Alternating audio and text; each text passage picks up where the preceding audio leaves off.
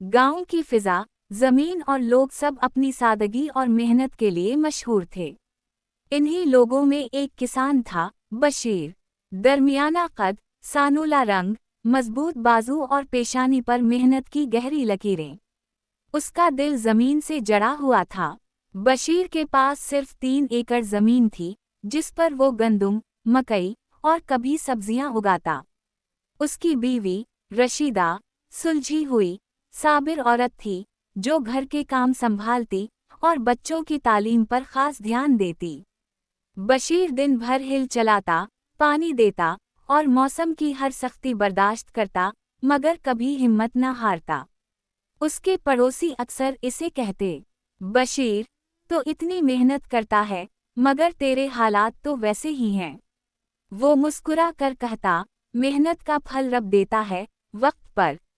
एक साल सख्त कहता पड़ा। बारिश न होने के बायस जमीनें बंजर हो गईं।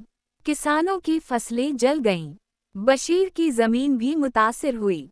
बीज ज़ाया हो गए, पानी खत्म होने लगा और ज़ख़ीरा शुदा अनाज भी कम पड़ गया। रशीदा फ़क्रमंद हुई, बच्चों का क्या होगा, बशीर? पैसा ना रहा, खाने को अनाज भी कम है। बशीर ने तसल्ली दी, रब बड़ा कारसाज है। मेहनत करते रहो, सब ठीक होगा।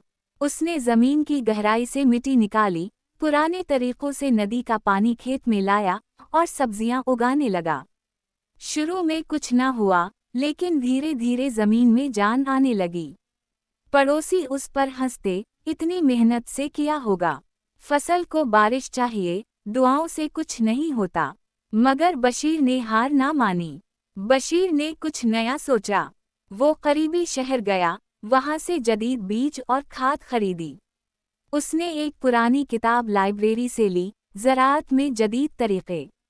उसने बीवी से कहा, मैं चाहता हूँ हम भी आगे बढ़ें, नई तकनीक अपनाएं। रशीदा ने खुशी से कहा, रब बरकत दे तुम्हारी नीयत में। अगले चंद माह में बशीर की मेहनत रंग लाने लगी। उसके खेत सब्ज हो गए। पड़ोसी हैरान रह गए। बाजार के ताजिर उसकी सब्जियां खरीदने आने लगे। पहली बार बशीर को अच्छी आमदनी हुई। जब गांव वालों ने देखा कि बशीर की हालत बेहतर हो रही है, तो कुछ को जलन होने लगी।